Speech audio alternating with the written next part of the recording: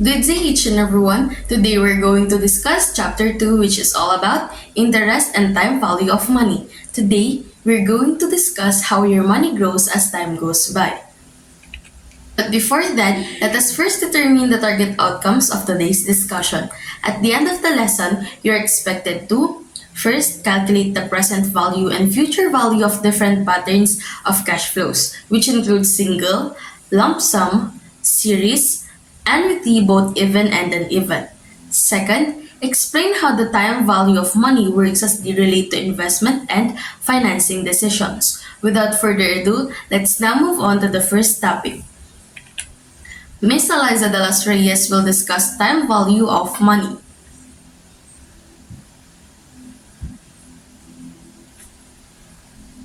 So first and foremost, I want to introduce myself first. I am Eliza S. Dos Reyes, and I will discuss the time value of money. So first, what is time value of money?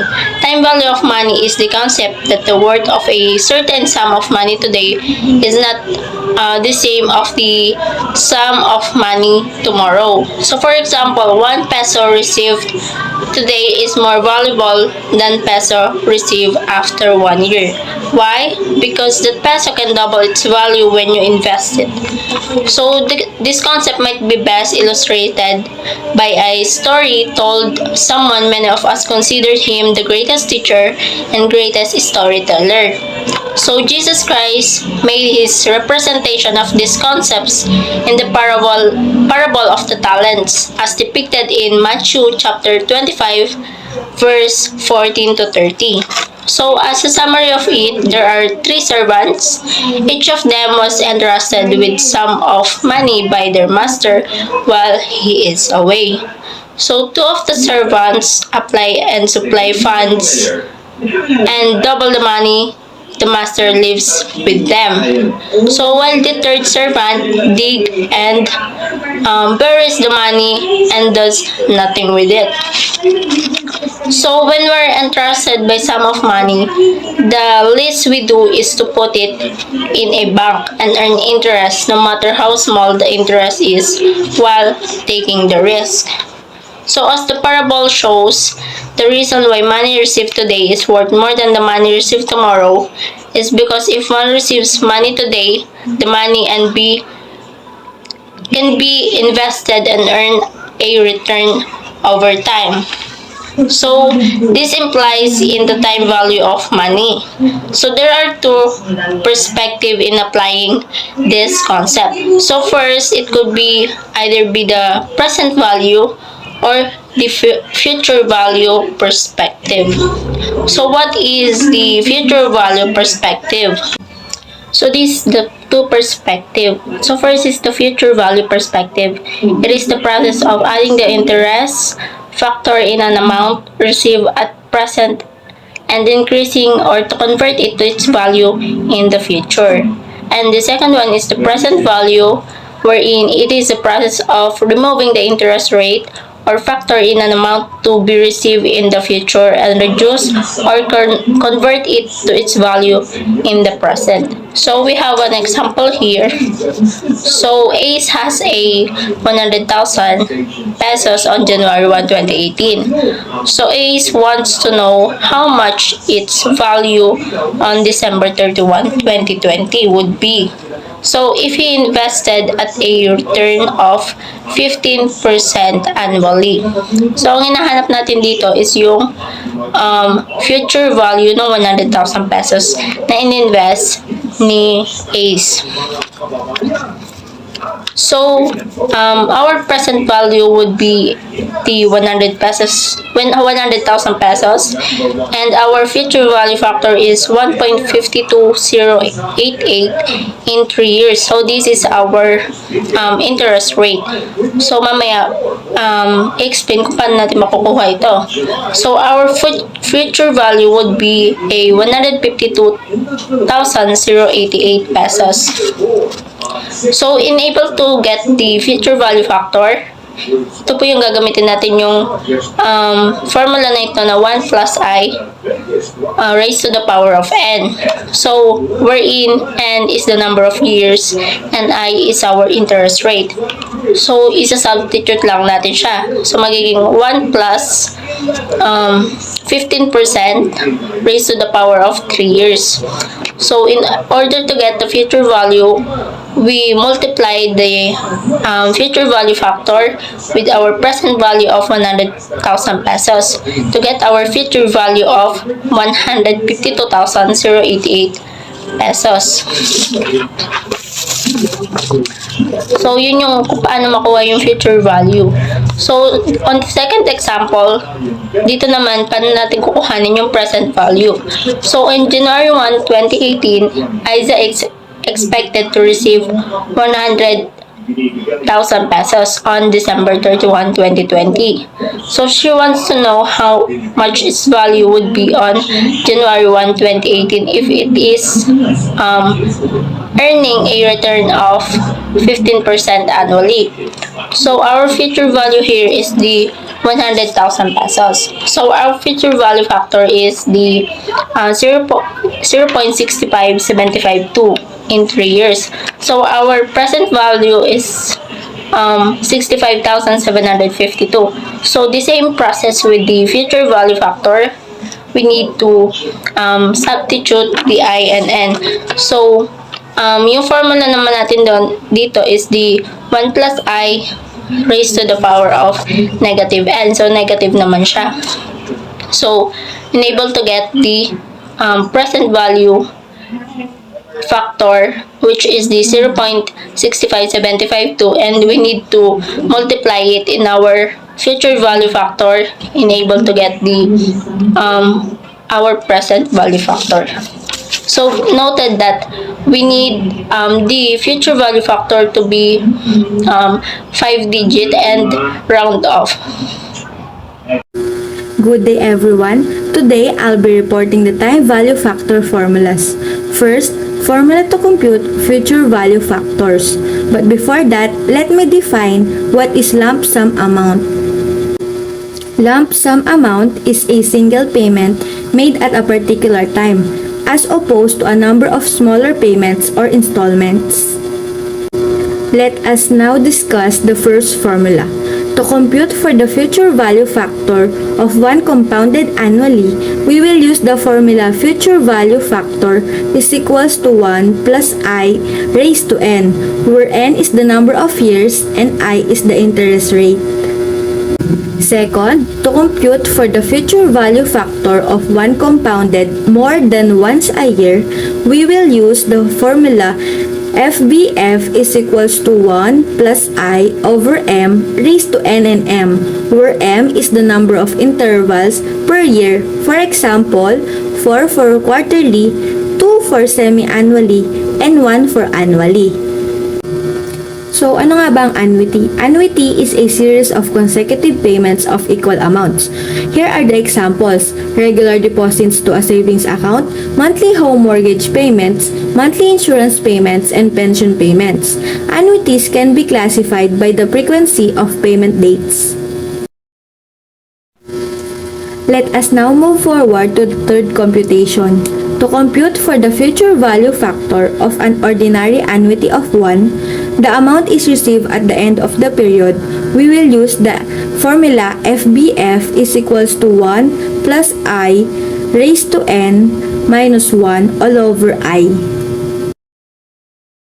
For the fourth one, to compute for the future value factor of an annuity due of 1, which is the amount is received at the beginning of the period, we will use the formula FBF is equals to bracket 1 plus I raised to N minus 1 bracket multiplied by 1 plus I all over I. After we discuss the future value factors, let us now move forward to the formulas to compute present value factors. First, to compute for the present value factor of 1 compounded annually, we will use the formula present value factor is equals to 1 plus I raised to negative N. Second, to compute for the present value factor of 1 compounded more than once a year, we will use the formula PVF is equals to 1 plus I all over m raised to negative n and m. To compute for the present value factor of an ordinary annuity of 1, which is the amount is received at the end of the period, we will use the formula PVF is equals to 1 minus 1 plus I raised to n all over I.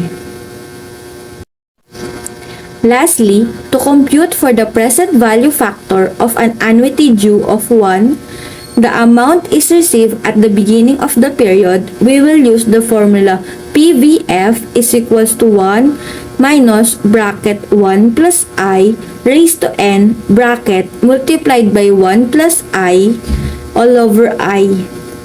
We will give some examples later para mas maintindihan natin yung mga formula lang na-discuss kanina.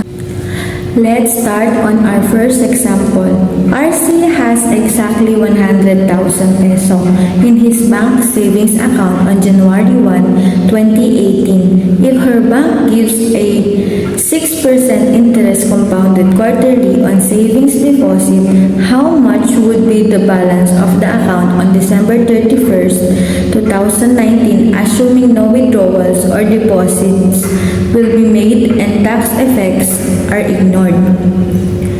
First, we will determine the right formula to be used. If the case is future value factors, we will use the formula on A2, then compute the factor for 2 years and multiply it with the amount of the deposit. Since present na yung mga given amounts, ay ilalagay na lang natin siya sa formula. So, I have here the solution. Hindi ko na siya in-include sa PPT kasi mahirap mag-input ng data.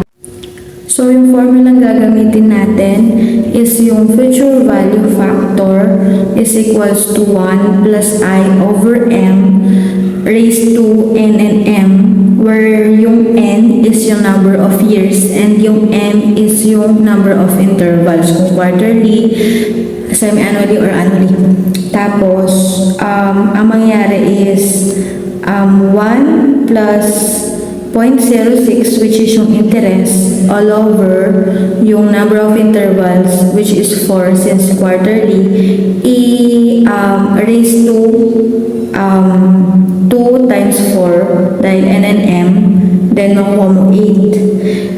Kapag na-solve mo na yung first bracket, makukuha mo is 1.015 multiply or raise to 8. Then ang final answer is 1.12649. Yun yung nakuha mo future value factor. Then, yung nakuha mong yun, imumultiply mo naman siya sa present value, which is yung dineposit niyang 100,000. And after 2 years, with 0.6 interest, makakagain ka na 112,649 peso. Example number 2. Venus has a son who has just started college studies. On January 1st, 2018, Venus opened a savings account by initially depositing 25,000 peso.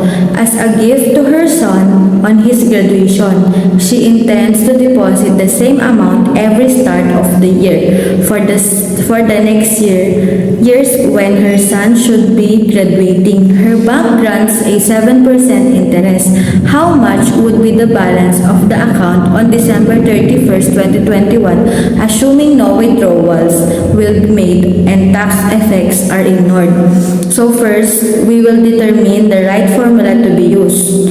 Since naka-indicate na dyan na same amount every start of the year, ang gagamitin nating formula is yung A4, which is 1 plus I raised to n minus 1 multiplied by 1 plus I all over I. Kasi naka-state dun sa first lesson natin sa mga formula. Ang formula to is a applicable siya kapag mag-made ka ng payment in the beginning of the year. So, given na din yung mga amount, kaya kailangan natin i-compute yung factor for 4 years and multiply it with the amount of the deposit, which is yung 25,000 peso. So, yung dito sa computation, konti lang yung solution, shortcut. Pero, ginawa ko pa din yung expanded form niya. So, let's start. Future value factor is equals to 1 plus yung interest na 0.07 raised to 4, which is 4 years. Then, imumultiply mo siya sa 1 plus 0.07 ulit kasi interest all over yung interest na 0.07. Then, ang makukuha mo is 0.31079601. Imumultiply mo yun sa 1.07 all over 0.7. The final value is 4.75073901, or kung i-short term mo siya, magiging siyang 4.75074 tulad nung nasa slide na naka-flash ngayon. So, ang gagawin mo, yung value na deposit, imumultiply mo siya dun sa nakuha natin future value factor para makuha natin yung tinatanong sa question na magiging balance niya after 4 years.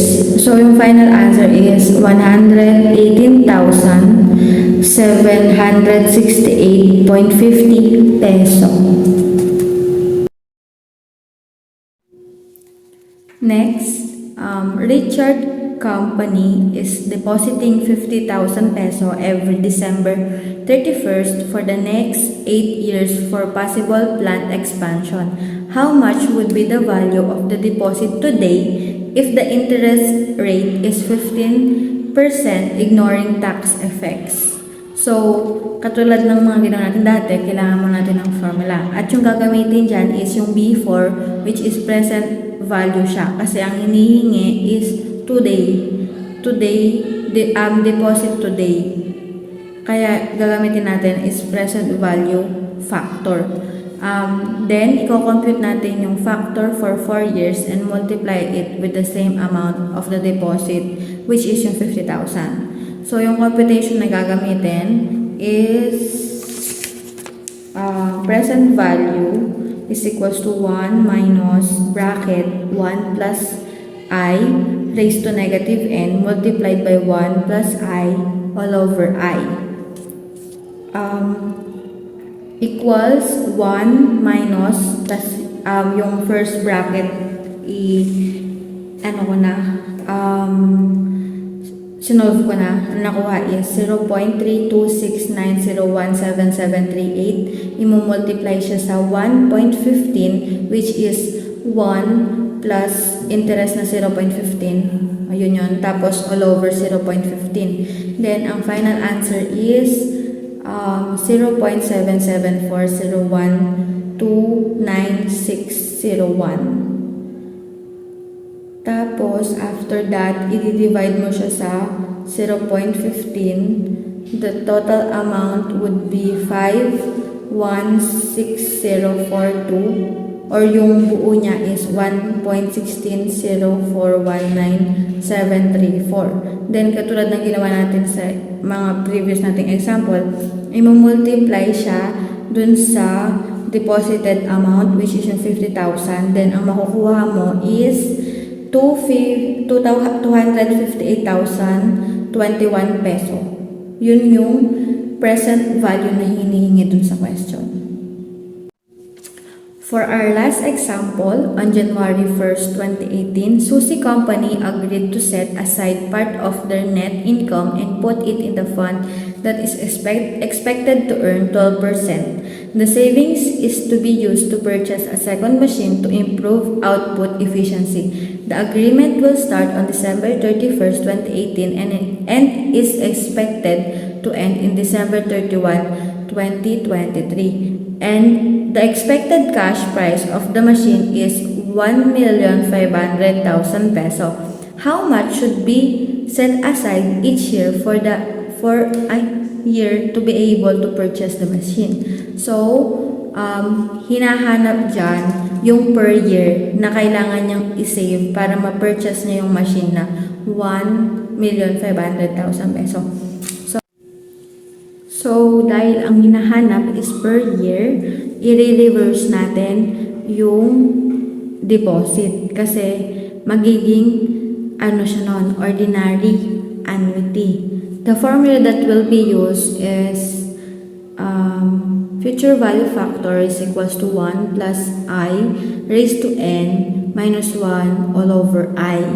Then, ilalagay mo lang yung mga given amounts, which is yung 12%, 6 years. Compute na natin siya.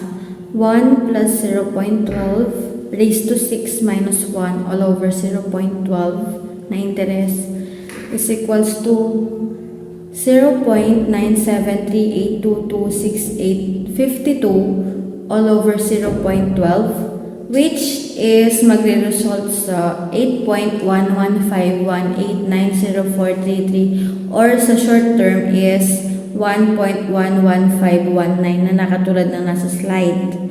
Then, i-multiply natin siya dun sa amount na gustong makuha ng company para mabili yung machine, which is yung 1,500,000 peso. Hindi pala siya multiply, i-divide. Since hinahanap natin siya per year, i-divide mo sa 1,500,000 peso yung 8.11519 at ang makukuha mo is 184,838.56. Etong amount na to, yung kailangan nilang i-save or i-deposit para after 6 years, mapapurchase nila yung gusto nilang i-purchase. Nasa kabilang slide yung proof.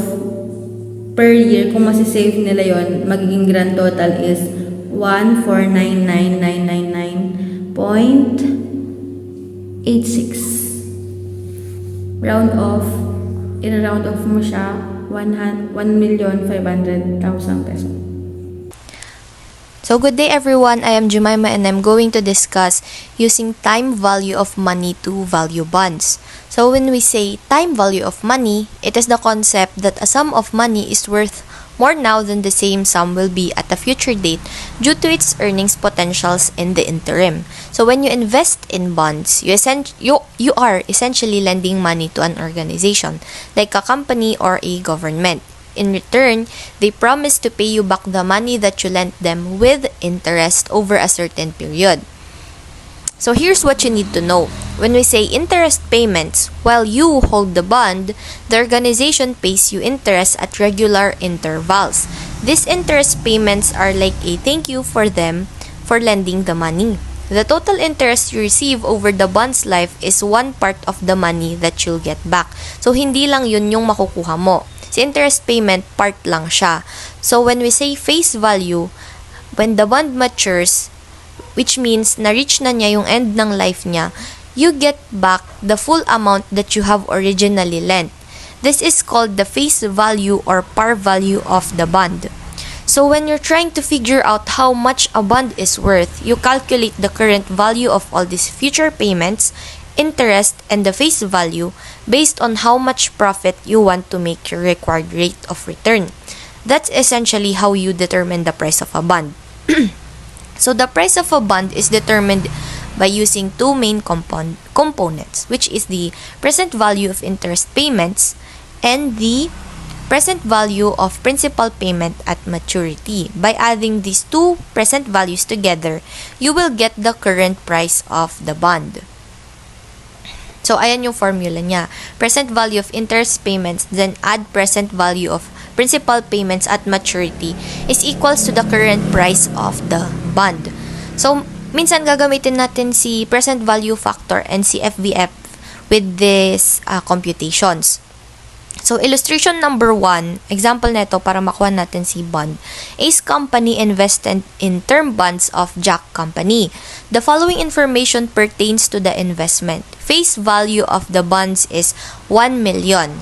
and the date of investment is January 1, 2018. Interest payment date is every December 31, 31,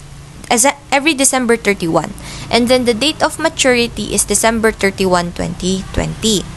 The coupon rate is 12% and the rate of return is 12%. So the required is to find the value of the bonds on January 1, 2018. So ang solution neto para makuha natin si principal value or present value of principal due ng December 31, 2018, we will use 1 million times PVF. So, ano nga ba dito si PVF? Paano natin makukuha si PVF, ne? Since, sinabi dito, PVF is equal to 1 plus I over negative N, ang magiging value niyan is 1.12 times to the negative 3, times to the highest negative 3. So, bakit nga ba 3? Since nga 'di ba ang sinabi dito ang date of maturity is December 31, 2020 and ang interest payment date is every December 31.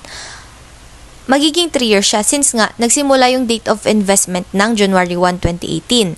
So December 31, 2018, December 31, 2019 and December 31, 2020.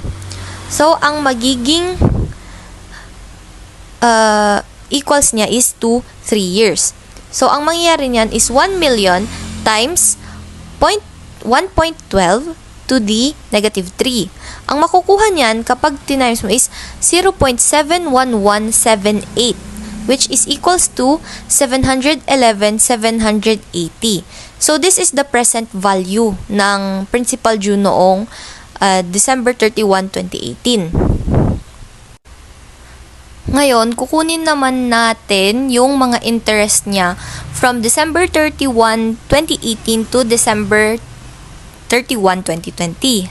So, mauna natin kunin is interest due ng December 31, 2018 which is 120,000 times present value factor.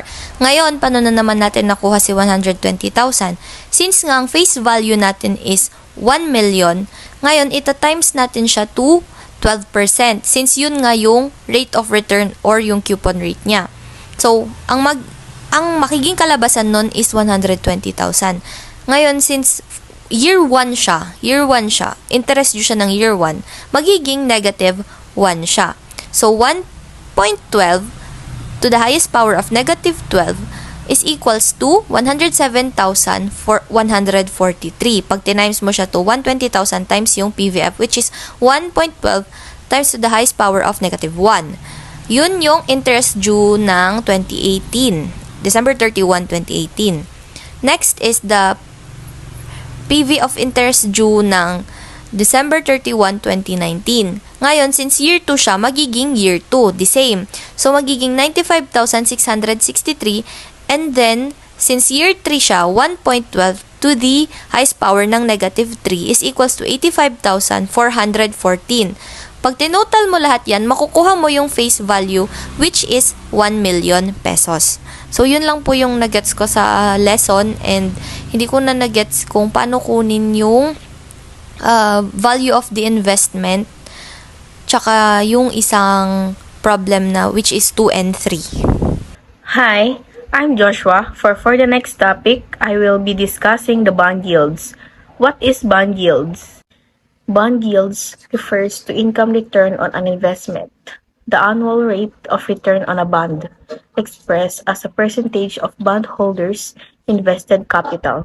In the United States, if one examines a bond market table of Wall Street Journal or a price sheet put out by a bond dealer, one will see information regarding each bond's maturity date, price, and coupon interest rate. One will also see a reported yield. Unlike the coupon interest rate, which is fixed, the bond's yield varies from day to day depending on current market conditions. Bonds are essentially a loan to bond issuers. They are considered safe investments. That's because bond values don't change the way stock prices do. They offer investors a reliable stream of income and provide bondholders with a fixed form of income. The simplest way to calculate the bond yield is to divide its coupon payment by the face value of the bond. This is called the coupon rate. If a bond has a face value of $1,000 and made interest or coupon payments of $100 per year, then its coupon rate is 10% or $100 divided by $1,000. A bond's yield is the return to an investor from the bond's interest or coupon payments. Higher yields means that bond investors are owed larger interest payments but may also be a sign of greater risk. The riskier a borrower is, the more yield investor demand.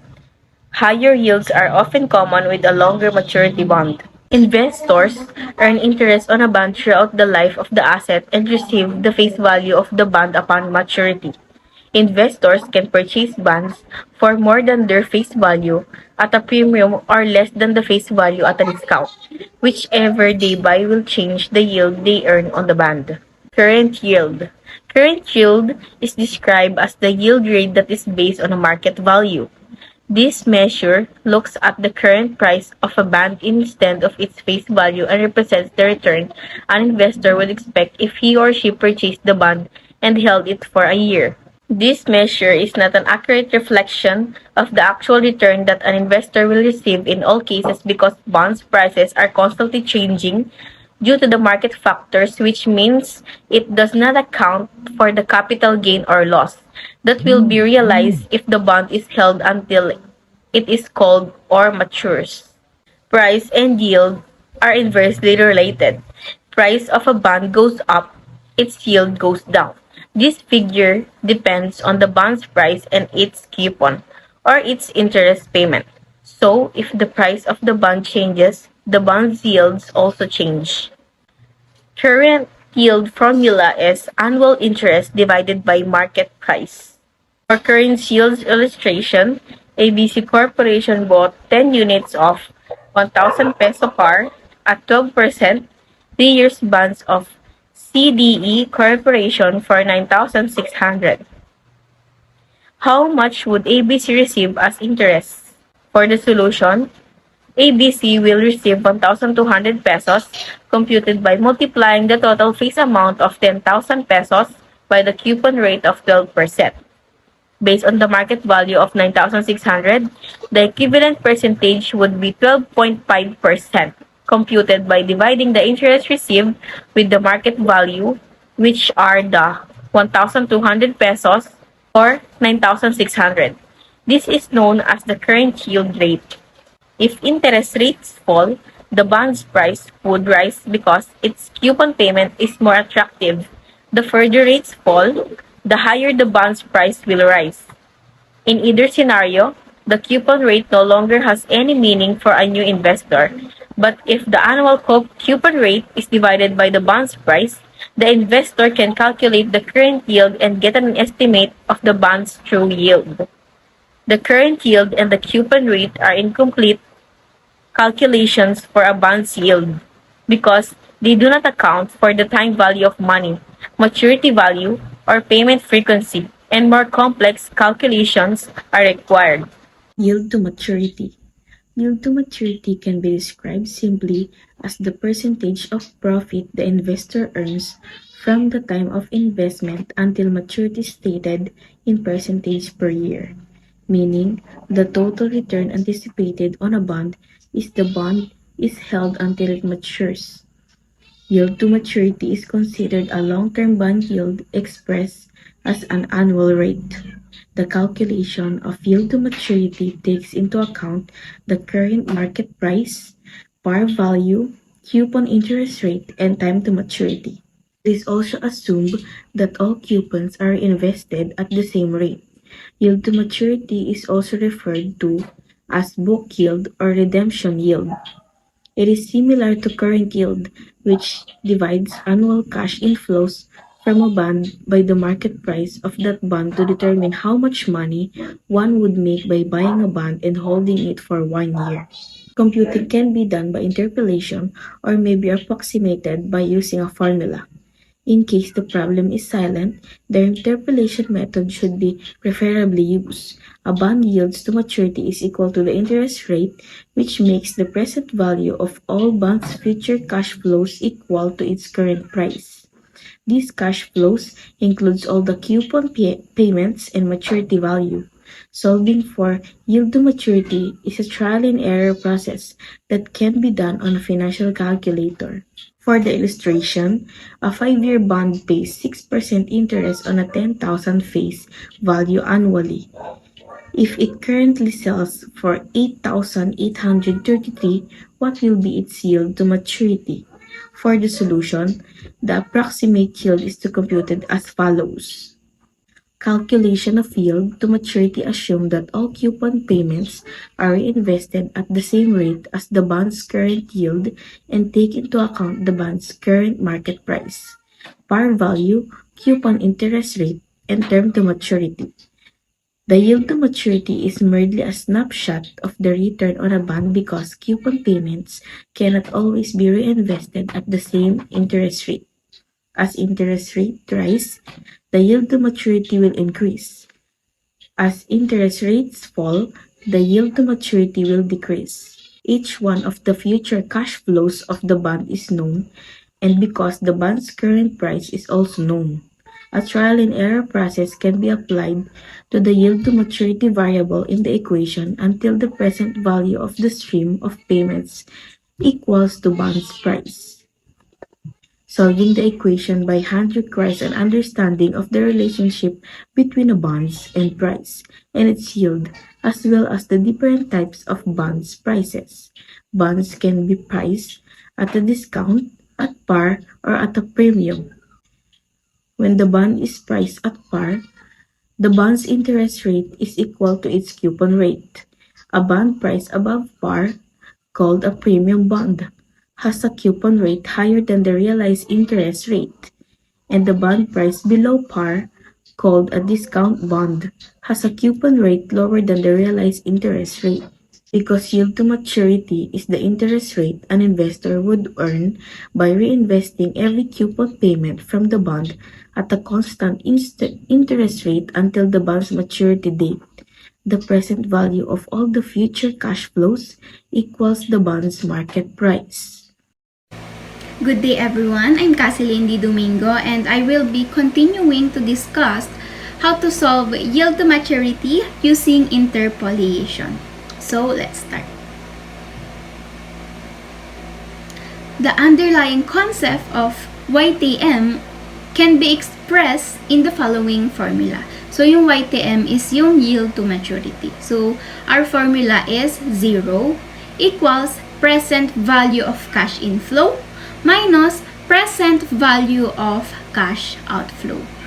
So in other words, the present value of cash inflow must be equal to the present value of cash outflow when subjected to the yield to maturity or the YTM.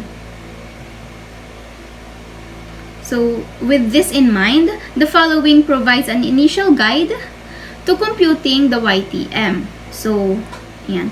We can see that the price is less than the face of the bond, thus it was bought at a discount. So here, yan yung first table natin. So based on the guide, we can conclude that the YTM is more than a coupon rate. Ayan. So, ano nga ba yung interpolation? Ayan. Interpolation provides a shorter way of obtaining the rate with more systematic approach. So, interpolation is a technique that should be extracting a percentage closest to the actual yield if done at a shorter ranges. So, yan.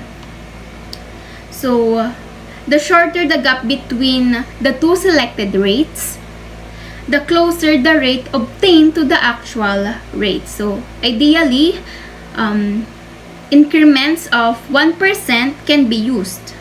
So, the following steps are to be undertaken. So, here are the here are the steps. So, the first step is to establish a range where the rate is to be located. So, using the illustration above, yung kaninang illustration, ipapakita ko rin mamaya. Ayan. Using the illustration above, what to do is basically choose a percentage higher than 6%. So, maghahanap tayo ng percentage na mas taas kaysa sa 6%. Ayan. And to compute the present value of cash inflow. So, gagamit tayo ng mas mataas na percentage para i-compute natin yung present value of cash inflows. So, pwede na tayong mag-stop pag yung result na nakuha natin, yung result ng present value inflow na nakuha natin is equal or lower than the present value of the cash outflow, which is yung ating cash outflow is yung 8,833. Ayan. So, proceed na tayo sa computing. So, ito yung sinasabi kong illustration kanina. A 5-year bond pays 6% interest on a 10,000 face value annually. If it currently sells for 8,833, what will be its yield to maturity? So, gaya nga ng sabi ko kanina is, gagamit tayo ng mas mataas na percentage para makuha natin yung present value of cash outflow natin. So, as you can see here, ayan, 7% na yung ginamit. So, i-explain ko kung paano nakuha yung present value factor at 7%, which is yung itong mga decimal na nandito. Ayan. Ayan. Pwede atang, ayan. Itong mga ito. Ayan. Para alam natin kung paano siya nakuha. Ayan. So, let's proceed in computing naman po. So, yung cash inflow natin, na-explain na kasi kanina bago ako kung paano nakuha yung 600. So, ang gagawin para makuha yung 600 is, yung 6% na interest rate is, i-multiply natin siya sa face value natin. So, ang makukuha natin, di ba, 6% times 10,000 is ang makukuha natin ay 600. So, ayan. Nakalagay na siya dyan. Okay, proceed na po tayo sa computation. So, take note pala, ang una nating isosolve is yung period na 1 to 5. Yung nauna kanina, yung katapat nung cash inflow na 600. Ayan. So, ang gagamitin nating formula is the annuity series formula since yung period natin is 1 to 5. So, isa-substitute lang natin yung given sa formula. So, yung mga ikakopy lang natin, i-copy na lang natin since hindi naman na natin siya kailangan na i-substitute. Ayan. So, after natin ma-substitute, isa-solve na natin para makuha natin yung sagot. So, ang gagawin lang natin is, ang i-substitute natin is yung interest rate, which is yung 0.07. So, yun yung interest rate natin. Ayan. Ayan. 0.7, yun yung interest rate natin. 0.7. And yung negative 5 naman dito, this is yung number ng years. And dito sa baba, yung sinubstitute ulit natin is yung interest rate. So, after nating ma-solve yan, ang makukuha nating sagot is ito. 4.10020. So, ang kailangan nating decimal after nung makuha ng sagot is kailangan 5 decimals. So, ayan. Next slide. Ayan. So, after nating makuha yung ating present value factor using 7% is kukunin naman natin yung present value of inflow natin. So, ang gagawin lang natin is i-multiply lang natin yung cash inflow natin kanina, which is yung 600. I-multiply natin siya sa nakuha nating sagot kanina, which is yung 4.10020. Ang makukuha nating sagot is 2,460.0. So, ayun na yung ating present value of inflow. Next naman natin na isosolve is yung period ng period 5 lang.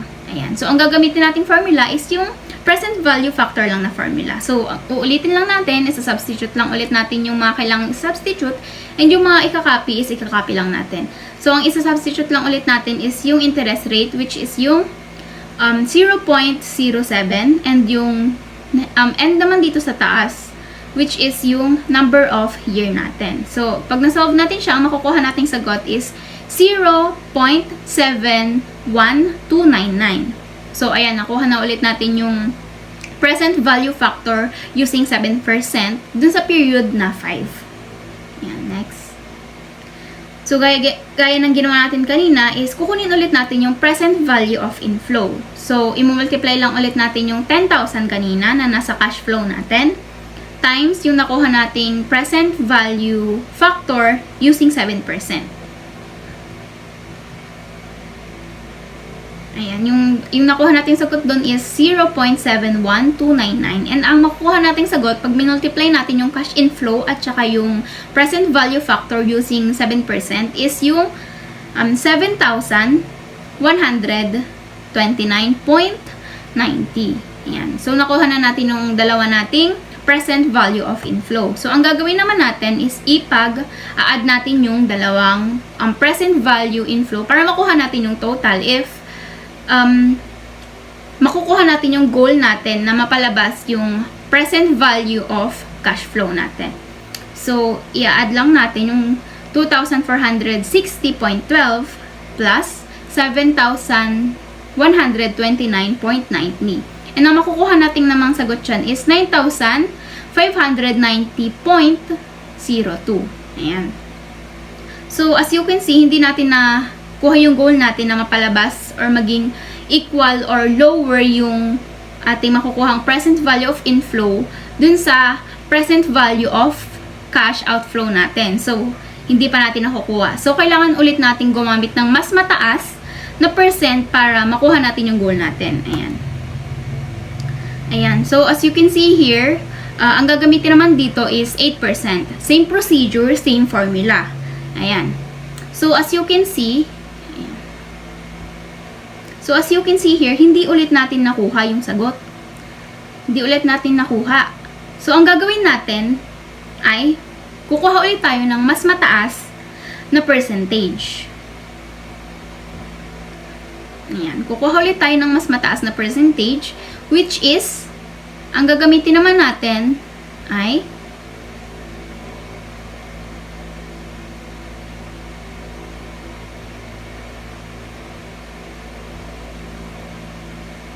9%. Ayan. So,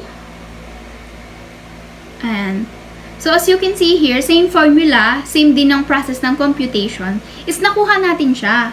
Ayan. So, since nakuha na natin, pwede na tayong mag-stop. Ayun yung goal natin, na mapalabas, maging equal or maging lower than, maging equal or lower yung ating present value of cash inflow dun sa ating present value of the cash outflow. So, pwede na tayong mag-stop. Nakuha na natin yung goal natin. Ayan. So, nakuha na natin yung 8,833.09. Ayan. Pwede na tayong mag-stop. And ang successful na percent na nakuha natin is 9%. So, in case the present value of inflow is not exactly the same as the outflow, the following additional step will be undertaken. So, number 1, get the difference between the present values of the lower rate of the range and the YTM. Yung YTM, the yield to maturity. Second is to get the difference between the present values of the lower rate of the range and the higher rate of the range. Oh, okay. Number 3, divide the result of 1 with 2. Ayan. So, number 4, fourth step is to multiply the result of the third with the interval of the range and add it to the lower rate of the range for the YTM or the yield to maturity. So, ayun lang. Yun lang for my report. So, kapag in case na hindi talaga parehas yung nakuha nating sagot ng inflow natin dun sa outflow natin is, ito lang yung gagawin nating step. Ayan. So, sabi ko na rin naman. So, that's it for my report. I hope na mas naintindihan nyo kung paano gamitin yung interpolation in solving yield to maturity. So, that's all for my report. I hope you learned something. Thank you so much. While interpolation process does give a very accurate rate, it may not coincide to the exact one. If one likes the exact rate up to the last decimal, he or she may have to extract it via trial and error. So the interpolation method involves the process of trial and error to determine the discount rate that will make the present value of cash inflows to the initial cost. So before I start my discussion, you can get your scientific calculators that can help you understand on how did I get the answers. So without further ado, let's compute with me. Using the same illustration earlier that was discussed by my co-reporter, Miss Caseline Domingo, which is a 5-year bond pays 6% interest on a 10,000 pesos face value annually. If it currently sells for 8,833, what will be its yield maturity? So, step 1, substitute the values in the formula with I, the only remaining unknown, and guess the rate. The guessing should be easier because the rate should be located within the range under interpolation. So, 0 equals 10,000 times 1.I raised to negative 5%, and so on. So, the cash inflows refers to the interest payments to maturity and principal repayment at maturity.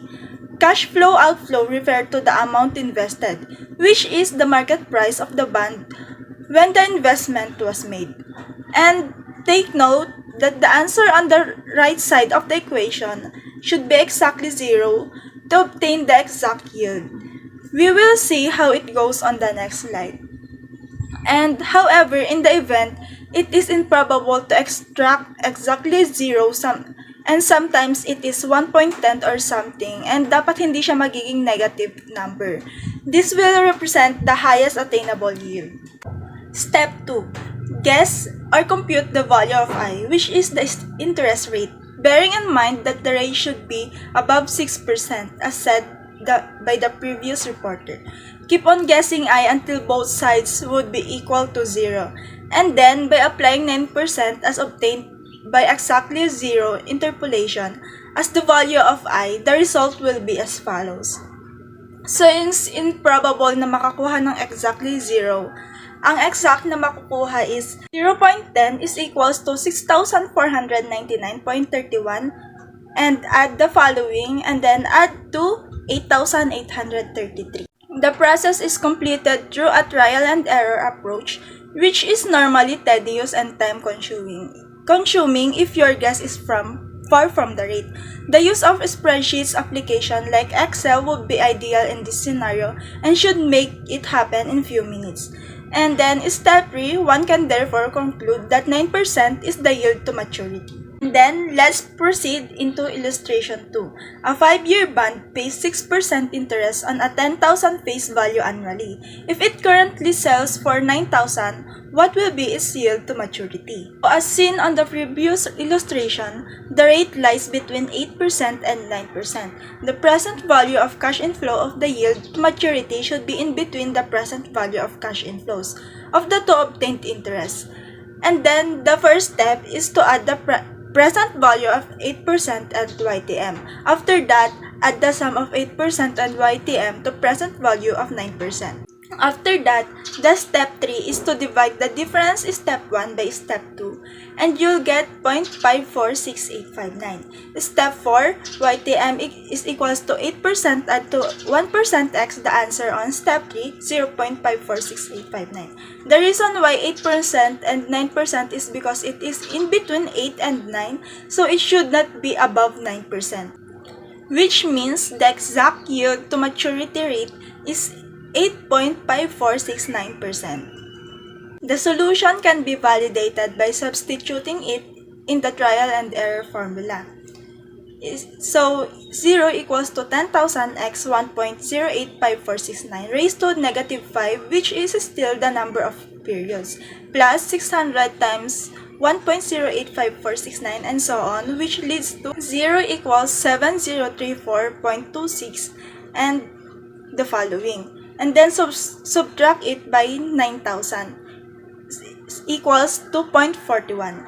If you're wondering how did it become 7034.26 instead of 663609, is because I added the answer on the first two equations, which is 6636.09 plus 398.17, then proceeded to the next equation. The yield to maturity can also be viewed as the bond's promised rate of return, which is the return that investors will receive if all of the promised payments are made. However, the yield to maturity is equal to the expected rate of return only when, first, the probability of default is 0, and second, the bond cannot be called. So if there is some default risk or the bond may be called, there is some chance that the promised payments to maturity will not be received, in which case the calculated yield to maturity will exceed to the expected return. Note also that a bond's calculated yield to maturity changes whenever the interest rates in the economy change, which is almost daily. An investor who purchases a bond and holds it until it matures will receive the YTM that existed on the purchase date, but the bond's calculated YTM will change frequently between the purchase date and the maturity date. Again, this is Alessandra Nicole. I hope you've learned something. And the next topic is the additional illustrations on the interpolation process. Bonds bought at a premium with income tax XYZ company bought 1,000 pieces of 5-year, 1,000 face value bonds at 105. The bonds pay annual interest of 12%. The bonds mature in 2 years after the purchase date. Calculate the field if XYZ company is subject to 30% income tax.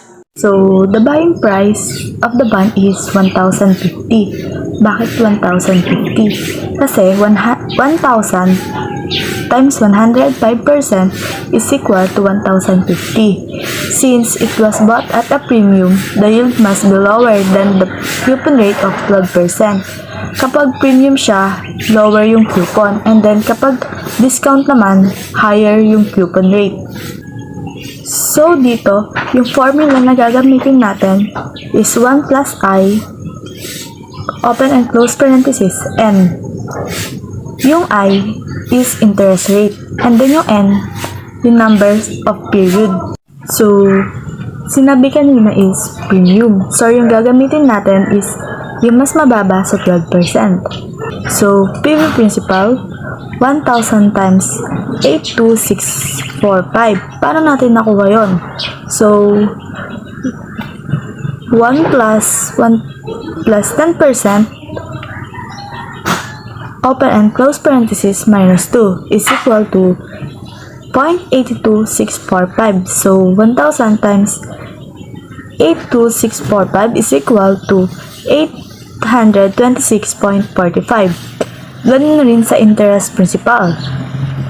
Kaso, magkaiba ang formula na gagamitin.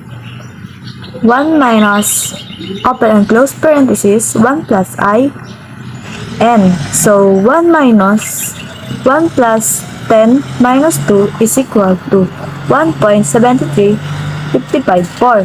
And then, pagta-timesing lang yung 120 times 1.73554 is equal to 208.26. And then, pag-add yung total ng PV principal and interest, the answer is 1,034.71. So here, ganun lang din siya, katulad nung nauna. Kasi ito, papalitan mo ng 9% yung interest. So, 1 plus 9% minus 2 is equal to 0.84168. And then, 1,000 times 84168 is equal to 841.68. So, yung PV interest naman is 1 minus 1 plus 09 minus 2 is equal to 1.73554 911.09. So 120 times 1.75911 is equal to 211.09. And then, add the PV principal and interest para makuha yung total na 1,052.67.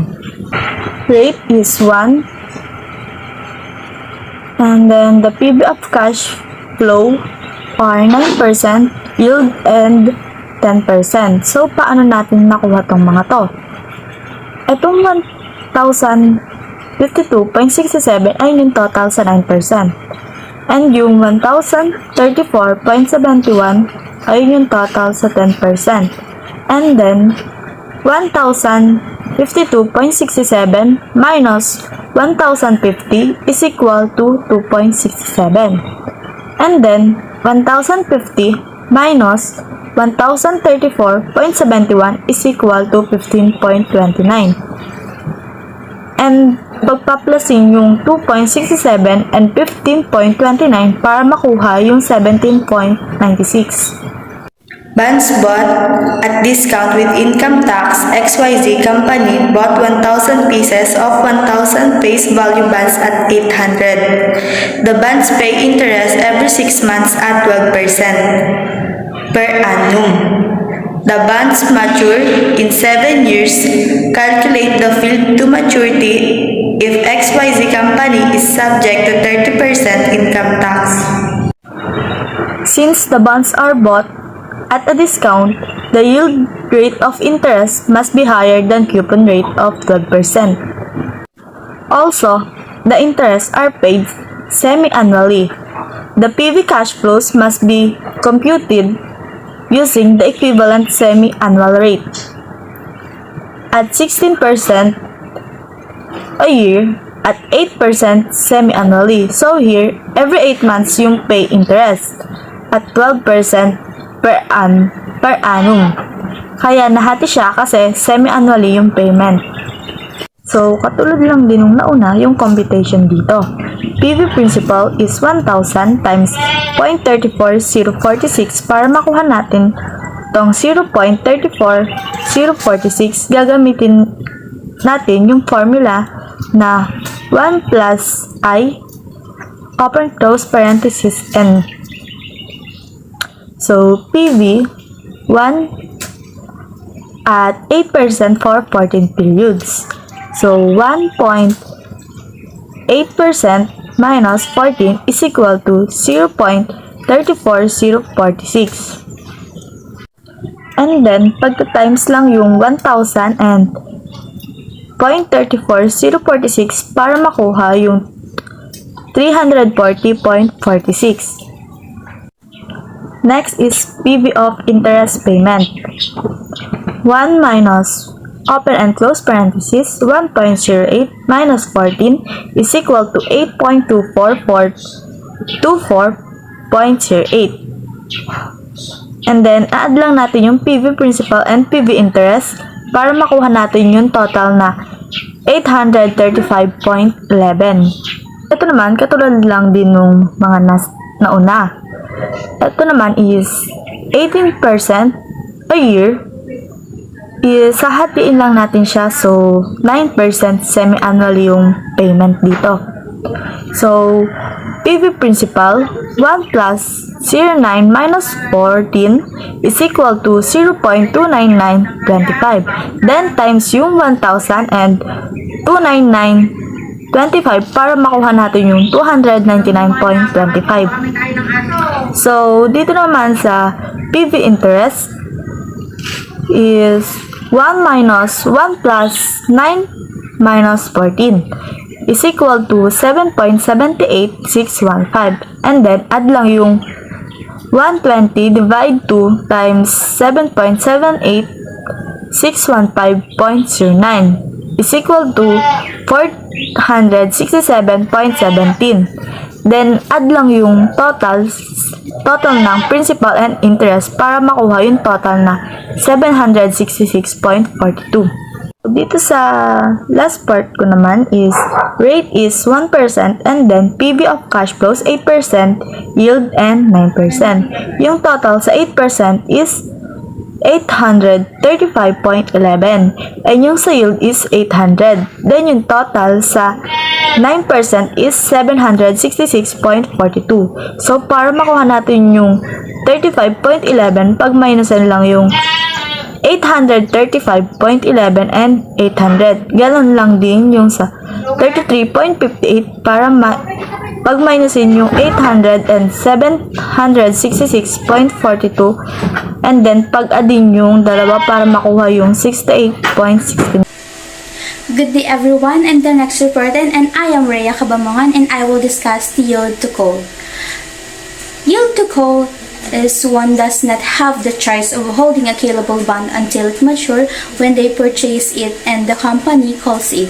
The yield to maturity would not be earned as a result. So, the yield to call is the issuing business would probably call the bond if current interest rate fell below the coupon rate of a bond that was still outstanding. Investors will estimate the yield to call or YTC rather than the yield to maturity or YTM. As the bond's most likely rate of return in this scenario, the yield on the bond is calculated as if the investor were to purchase the bond and keep it until the call date. Only if the security is called before maturity is yield valid based on the coupon yield to call is calculated. So, calculating yield to call can help you make several important decisions regarding a bond. Same as yield to maturity except cash inflows refer to interest payment up to call date and call price. Cash outflow still refer to amount invested. This is a formula of yield to call. YTC is equal to F minus P all over N plus C. F plus P all over 2. So, F is the par value of bond, P is the price of the bond, N is the time of maturity of the bond, and C is the annual coupon amount. So, this is the example of computation of yield to call. ABC Corporation bonds that will mature in 10 years. The bonds have a face value of $1,000 and an 8% coupon rate paid semi-annually. The price of the bonds is $1,100. The bonds are callable in 5 years at the call price of $1,050. What is their yield to call? So the face value is equal to $1,000 and the callable price is 5 years is equal to $1,050. Then the P is the current bond price which is $1,100. Then N is time left maturity is equal to 5 years in 10 periods. Then C is the coupon bond or interest payment equal to 8 divided into 2 multiply in $1,000 is equal to $40. So, paano po natin nakuha ang 6.51%? So, yung F po natin na par value is 1,050 and yung P po natin is the price of the bond which is the 1,100. 1,050 minus 1,100 is equal to 50. I-divide po natin siya sa N which is the time to maturity of the bond, magiging negative 5. So, ipa-plus po natin siya sa annual coupon amount, which is 40. So, magiging 35 po ang sagot. So, 1,050 plus 1,100 divide 2 is equal to 1,075.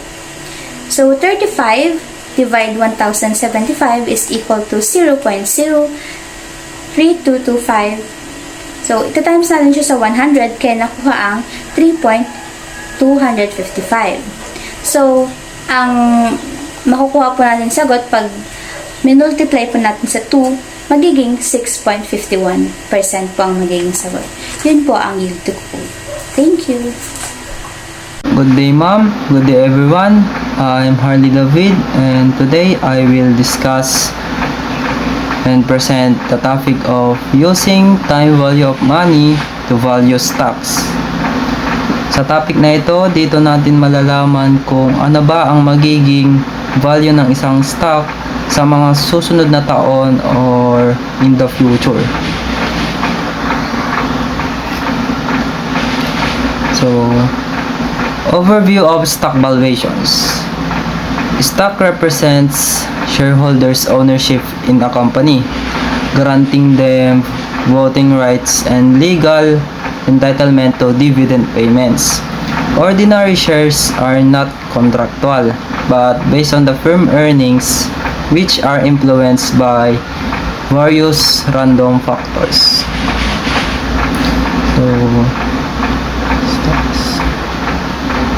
So, stocks. Ano nga bang stocks? So, ang stocks or share of stocks, ito ay nagre-represent ng ownership sa isang kumpanya. Ito ay isang certificate which proves that you own a part of a company. Bakit nga ba yung mga shareholders o ibang tao ay bumibili ng stocks? Kasi kapag ikaw ay may share of stocks sa kumpanya, magkakaroon ka ng bahagi ng kita ng inyong kumpanya. So, yung kitang iyon o ang perang iyon ay tinatawag na dividend. At malalaman natin mamaya kung paano i-compute ang mga dividends na ito sa bawat value ng stocks. So, if the stock owners get paid a lot of dividends now and in the future, the stock should have high value.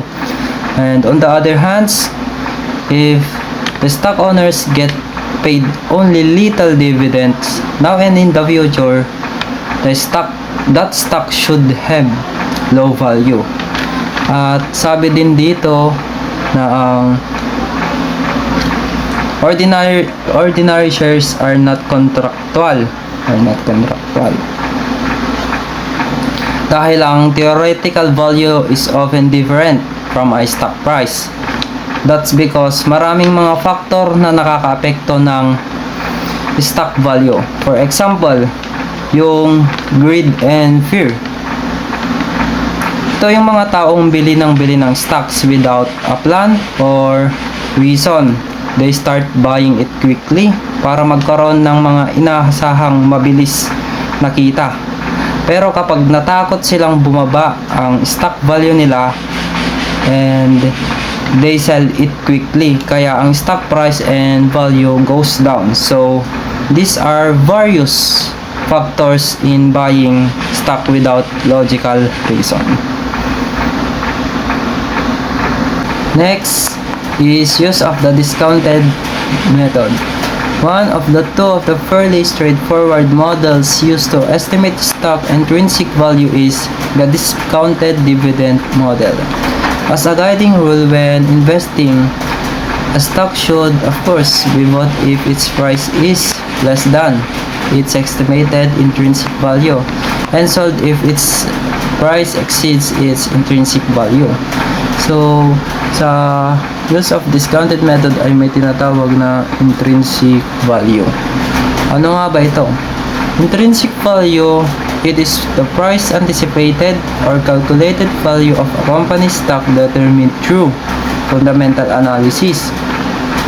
It refers to the value of the cash flows that the company will generate and be able to return to investors. Dito ay pinifiltered out yung mga overvalued and undervalued bonds ng company's stock. At sinabi din dito na dapat bumili kung ang presyo ay mababa sa tinatayang intrinsic value at ibenta kung ang presyo ay dito ay higit sa value pa nito. So, intrinsic value is good guideline on use of the discounted method in buying a company. It may prevent you from buying an overly priced company stocks. For example, sa pagbili ng kumpanya. Kung ang binebenta sa iyo ay sa tingin mo ay 100 million lamang, bakit tayo magbabayad ng 200 million para rito? Bilang isang value investors, we want to get it at a discount. So, dito papasok ang dividend discount model. Dividend discount model. Ano nga ba ito? Dividend discount model ay predicts dividend discount model predicts the price of a company's stock based on the sum of present value of its expected dividends. The model assumes that company future dividends payout will continue to grow at a rate equal to historical increases in dividends. Note, this is applicable if a company distributes dividends regularly and the distribution is predictable. Next is stock valuation. Stock valuation is interesting in its own right, but you also need to understand valuation when you estimate the cost of capital for use in capital budgeting, which is probably a most important task in a firm. So, in stock valuations, kailangan din intindihin ang mga iba pang valuations gaya ng mga capital para sa mga uses nito. Because stock valuation is the process of valuing a company's generate at in-investigate dito ang mga company's cash flows, dividends, growth rates, and even capital para magamit at mapadali ang pag-predict ng mga future market prices or more generally, potential market prices and estimating the current worth of an asset. Next is ordinary stock investments. The value of a shares of common stock depends on the cash flows it expected to provide. Ano nga muna ang ordinary share of stocks or ordinary stocks? Ordinary share of stock represents proportional ownerships of a company. Ito rin ang most common type of shares and standard shares with no special rights or restrictions. Itong shares of stock na to ay may potensyal na magbigay ng highest financial gains lalo kung maayos ang cash flows ng inyong kumpanya, but also have the highest risk. Nagpo-flows ang ordinary share of stock investments consists of two elements. One is the dividends that the investor receives each year while he or she holds the stocks, and number two is the price received when the stock is sold. The final price includes the original price paid plus an expected capital gain. As I stated earlier, the discounted dividend model will be used in valuing shares. Under this method, the valuation would be interpreted by the shareholders as the present value of an expected stream of future dividends. The ultimate value of any holding lies with the distribution of earnings in the form of dividend payments. So, in this part of this topic, these are the assumptions on how to solve or compute the growth rate in dividends. First, no growth in dividends. No growth or in dividends or zero growth assumptions. So whenever there is a no growth assumption, whatever the dividend amount is, it is going to stay that amount forever. So the firm or company will pay a constant dividend forever. For example, let's say the dividend is expected to be 100 pesos. The future dividend after 1 year or in the future year will just be simply be 100 pesos. So, no growth in dividends.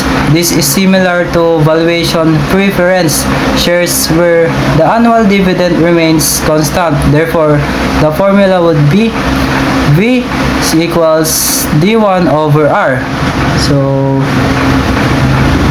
where V is the intrinsic value of shares, D1 is the dividend of the year it is being valued, and R is the required rate of return or yield. This is sample illustrations on how to solve no growth in dividends. On January 1, 2018, Diamond Company invested in one of Ace ordinary share that has a par value of 1,000 pesos and a market value of 1,250 pesos. The 2017 dividend paid to its shareholders amounted to 225 pesos. The dividend rate is not expected to grow. What is its value if the required rate of return is 16%? So first, we can classify the given. So where the dividend is 225 pesos. So ilagay natin dyan. And the rate is 16%. So ilagay natin dyan. And ang hinahanap is yung intrinsic value. So, to solve this, we can use the formula of no growth in dividends. So, this equals dividend over rate. So, we can apply the given to the formula. So, this equals 225 pesos over 16%. So, we can get the value of 1,406 pesos and 25 centavos. The next assumption is constant growth dividends. Constant growth dividends, so the dividend are going to grow at a constant growth rate.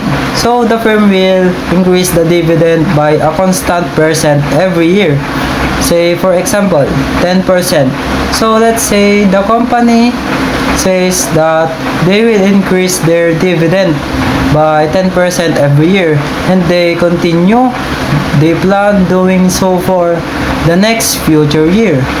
So constant growth dividends, this is a situation where the annual dividends are expected to increase every year at a certain rate. The formula to compute its value would be V equals B1 over R minus G. So, where the G is the growth rate and D0 is the dividend of the previous year. Yeah, bakit D1? So, yung D1 is yun yung next year, and kapag dito yan is the next second year. So yung D0 is the previous year. So this formula is known as the constant growth model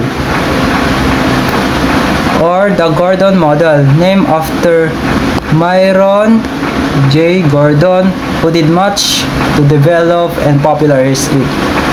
Myron J. Gordon.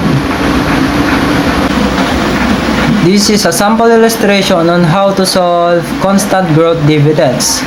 On January 1, 2018, Diamond Company invested in one of Ace ordinary shares that has a par value of 1,000 pesos and is selling at 1,100 pesos. The 2017 dividend paid to each shareholders amounted to 75 pesos. The dividend is expected to grow annually at a rate of 10%. What is its value if the required rate of return is 16%? So, based on this illustration, para makuha natin yung value yung hinahanap, kukunin muna natin yung dividend of next year. Pero bago yon, we can classify first yung mga given. So, yung dividend of previous year natin, which is yung 75 pesos, ito yon. Nilagay natin dyan. Yung growth rate natin is yung 10%. Yan yun. Nilagay natin dyan. At yung rate of return is 16%. Ito yun. Nilagay natin dyan. At hinahanap dito yung dividend of next year at saka yung intrinsic value. So, kukunin muna natin yung D1. Para makuha ito, gagamit tayo ng formula. Ito yung formula gagamitin natin.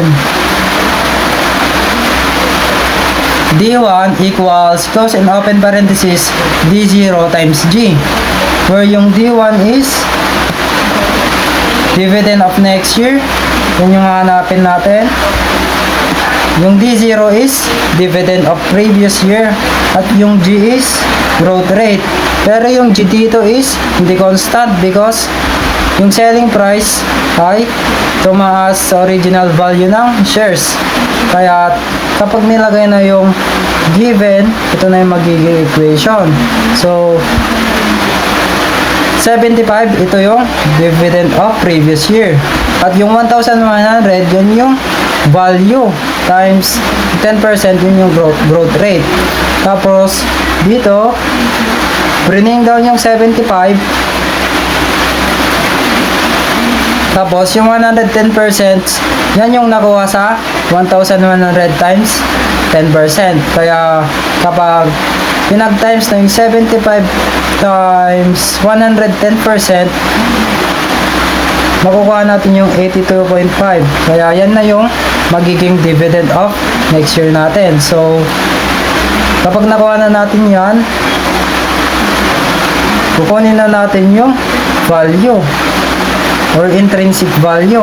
So, using the constant growth dividends formula, V equals D1 over R minus G. Kaya, yung D1 is 75 times 110%. Ito yun. And yung R is 16% at yung G is 10%. Yung sagot natin sa D1 kanina is 82.5, kaya yan yun. At yung 16% minus 10% is 0.06. Yan yun. At let's solve this. 82.5 divided by 0.06.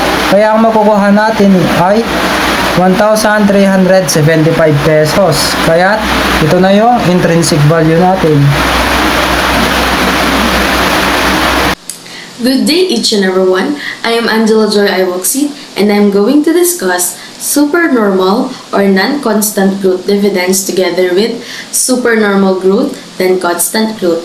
But before anything else, what do we mean when we say dividends? Dividend is a sum of money paid regularly, typically quarterly, by a company to its shareholders out of its profit or reserves. Supernormal or non-constant growth dividends. This is a situation where the annual dividends are expected to increase suddenly for the first few years upon investment, then grow steadily at a certain rate or remain constant every year thereafter. Firms typically go through life cycles during part of which their growth is faster than that of the economy, then falls sharply. So in this type of growth of dividends, non-constant, it means that the changes is not constant or not certain, meaning there are changes in the growth of dividends. Let's now move on to supernormal growth then constant growth. The value of stock during such supernormal growth can be found by taking the following step. First, compute the dividends during the period of supernormal growth and find their present value. Second, find the price of the stock at the end of the supernormal growth period or the year where the constant or no growth era begins by applying the formula for constant growth shares and compute its present value. And third is add these two present values figures to find the value of the common stock. So here for the constant growth, meaning the growth of the dividends is continuous. So we're going to execute these three steps to find the value of common stock in our illustration, which is here. Illustration. Diamond Company was incorporated on January 1, 2017 with their ordinary shares having par value of 100 peso each.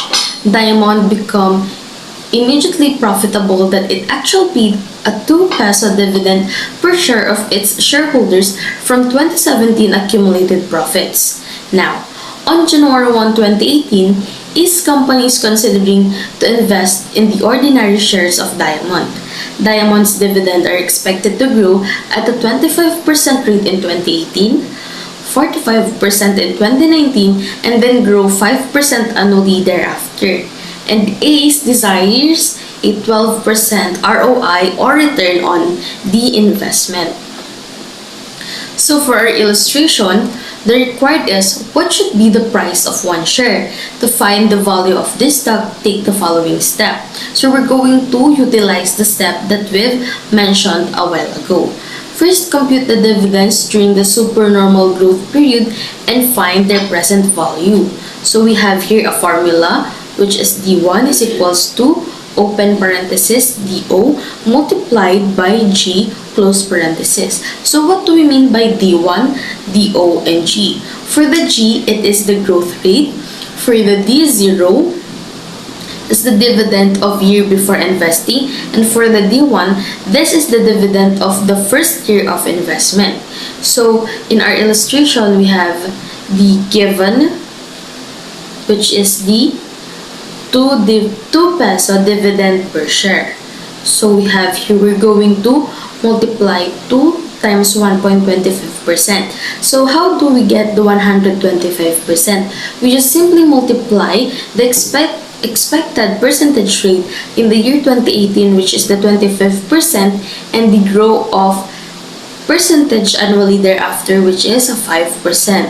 We're going to get 125%. By multiplying 2 and 125%, we are able to get 2 peso and 50 centavo, and that is our D0 or the dividend of year before investing. We're going to multiply it with the growth rate of 0.89286, which is, if we're going to multiply the 2, we will get the product of 2 peso and 23 centavo, and that is the dividend of first year of investment.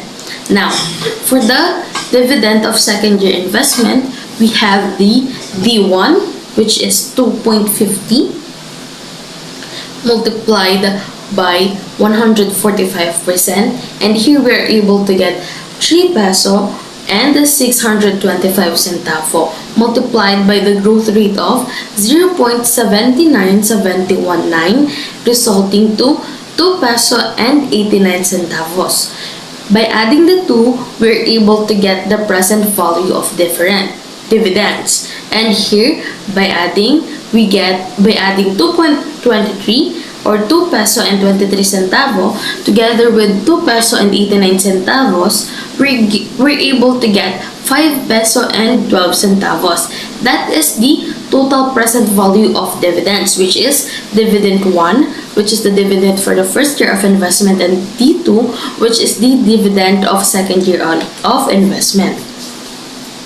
Now for the next step, find the price of the stock at the end of the supernormal growth period by first establishing the dividend of the third year. So by applying the formula mentioned a while ago, we're going to multiply the dividend for the year second multiplied by the growth rate. So we have here, in order to get the dividend of the third year, 3 pesos and 625 centavos multiplied by 1 plus the growth, which is 1.05. And by executing the equation, we are able to get 3 peso and 80625 centavos.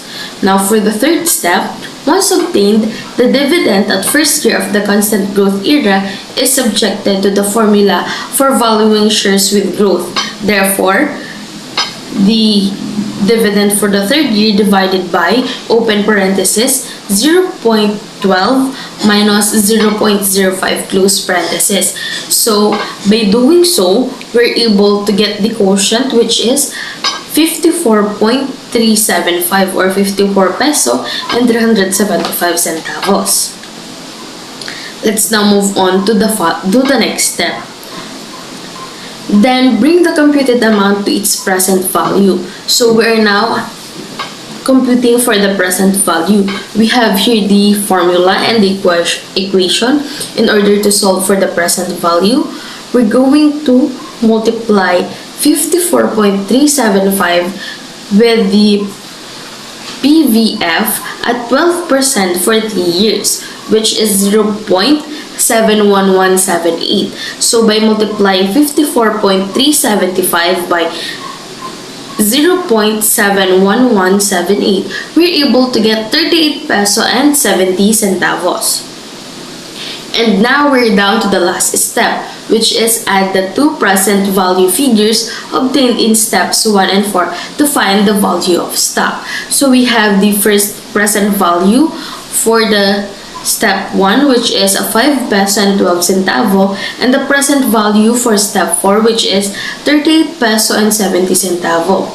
By adding the two values, we're able to get 43.82 pesos. And that answers the question, what should be the price of one share? And according to our computation, the price of one share should be 43 pesos and 82 centavos. And that is how we're going to compute for the supernormal growth then constant growth by following the 3 steps mentioned a while ago. I hope you learned something from this topic. I am now passing the discussion to Ms. Maricel de la Cruz to discuss the supernormal growth then no growth. Thank you for listening. Good day everyone. I am Maricel de la Cruz and I am going to present to you supernormal growth then no growth. The sequence to compute its value would be the same as in C1, except for the second step where the computation of the price is different. Thus, the value of stock during such supernormal growth can be found by taking the following steps. Number 1, compute the dividends during the period of supernormal growth and find their present value.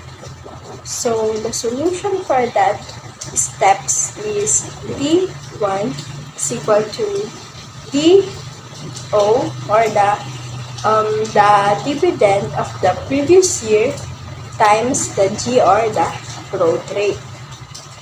Second, find the price of the stock at the end of the supernormal growth, or the year when the constant or no growth era begins, by applying the formula for no growth shares and computes its present value. So the formula for that step is PVF, or the present value factor, is equal to 1 plus interest rate raised to number of years. And step number 3, add these two PV figures to find the value of the common stock. So, a sample illustration, Diamond Company was incorporated on January 1, 2017 with their ordinary shares having a par value of 100 pesos each. Diamond became immediately profitable that it actually paid a 2 pesos dividend per share to its shareholders. And on January 1, 2018, Ace Company is considering to invest in the ordinary shares of Diamond. Diamond's dividends are expected to grow at a 25% rate in 2018 and 45% in 2019. And then remains at its level annually thereafter. Ace desires a 12% return on investment. So, what should be the price of one share? So, to find the value of this stock, take the following steps. First, compute the dividends during the supernormal growth period and find their present value. It should result in the same output as in C1. So thus, the dividends during the first period of supernormal growth is equal to 2 times 125%.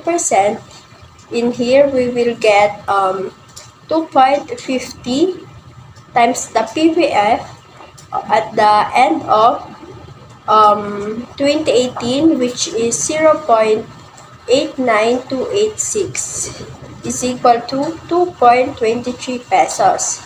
So the dividends during the first period of supernormal growth is equal to 2.50 times 145%. So in here, we will get 3.625 times the PVF at the end of 2019, which is the 0.79719, and it is equal to 2.89. So then we will going to add the dividends in the year at the end of 2018 and 2019. So we will get total present value of dividends 2.23 plus 2.89 is equal to 5.12 pesos. So second step, we will going to find the price of the stock at the end of the supernormal growth period. So the dividends during the end of supernormal growth period is equal to 3.625 times growth, which is 1.05, is equal to 3.80625. So the price of the stock at the end of the supernormal growth is therefore 3.80625 divided by 0.12 is equal to 31.71875. Then bring this to its present value. So to get the present value, we're going to multiply 31.71875 by the PVF at 12% for 2 years.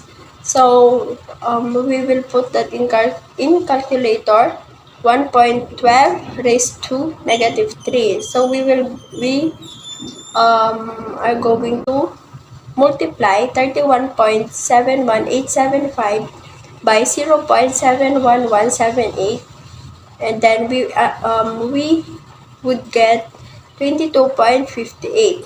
So the last step, we are going to add the two PV figures which we obtained in step 1 and step 3 to find the value of the stock. So the value of the stock is equal to 5.12 plus 22.58. So the total value of stock is equal to 27.70. So that is my report. Thank you for listening.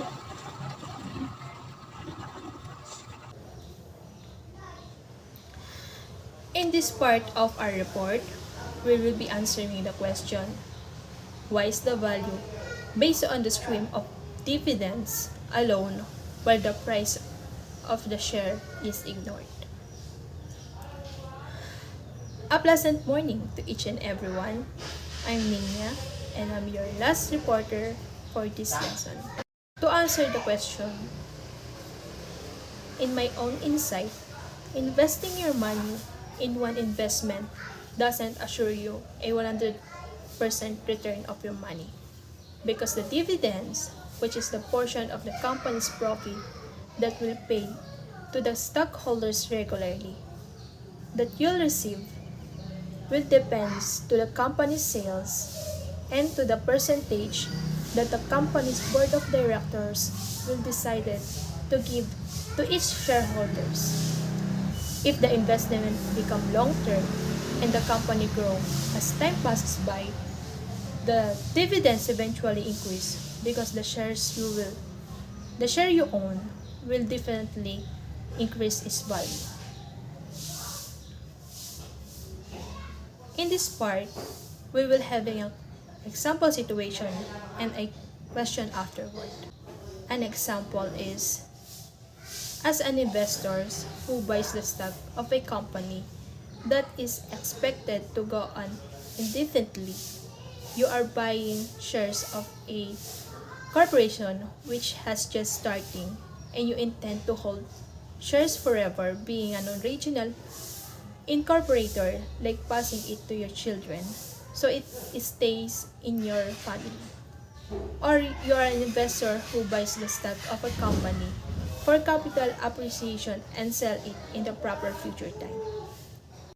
The question is, how can you value the shares as of a certain future date when you finally decided to sell the share, and how much can you get as a yearly dividends?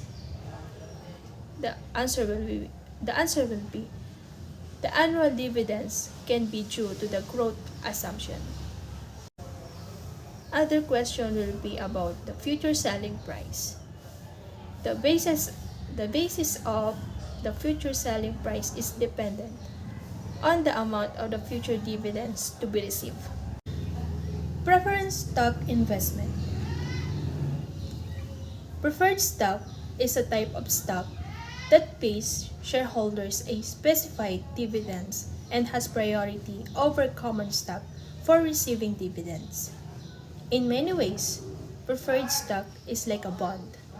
They are also more likely to pay out a higher yield than common shares. Preferred stock performs better when the interest rate decline. A preferred stock has a par value, that is a value it's issued at and can typically be redeemed at when the preferred share matures. Preference shares represent perpetuity, having no maturity date, fixed dividends payment, no binding contractual obligation of interest on debt. Preference stock investment being a hybrid security. It doesn't have the full ownership privilege like that of a common stock, the legal provision that could be enforced on debt. The valuation formula will be V is equals to D divided by R, where V stands for intrinsic value of the share, D the annual dividends, and R the required rate of return. We're having here an illustration. A preference share has a par value of 100 pesos and a rate of 10%, and the stockholders requires an 8% rate of return. The price of the preferred stock will be V is equals to D divided by R multiplied by 100. V is equals to 100 pesos divided by 8% multiplied by 100. It equals to 12.5 pesos. And 12.5 pesos will be multiplied by the product of 10% multiplied by 100%. And V is equals to 125 pesos. Determining the rate of return or yield from the market price. The rate of return is a specific way of expressing the total return on an investment that shows the percentage increase over the initial investment cost.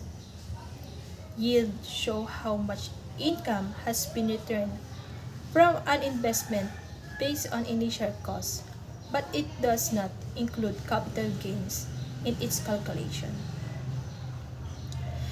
The valuation formula will be R is equals to D divided by V. We're having here another illustration. A preference share has a par value of 100 pesos and a rate of 10%. It is currently selling in the market at 110 pesos. The rate of return or yield will be 10% divided by 110 pesos is equal to 0.000909. And then 200 peso multiplied by 0.000909, it equals to 0.0909.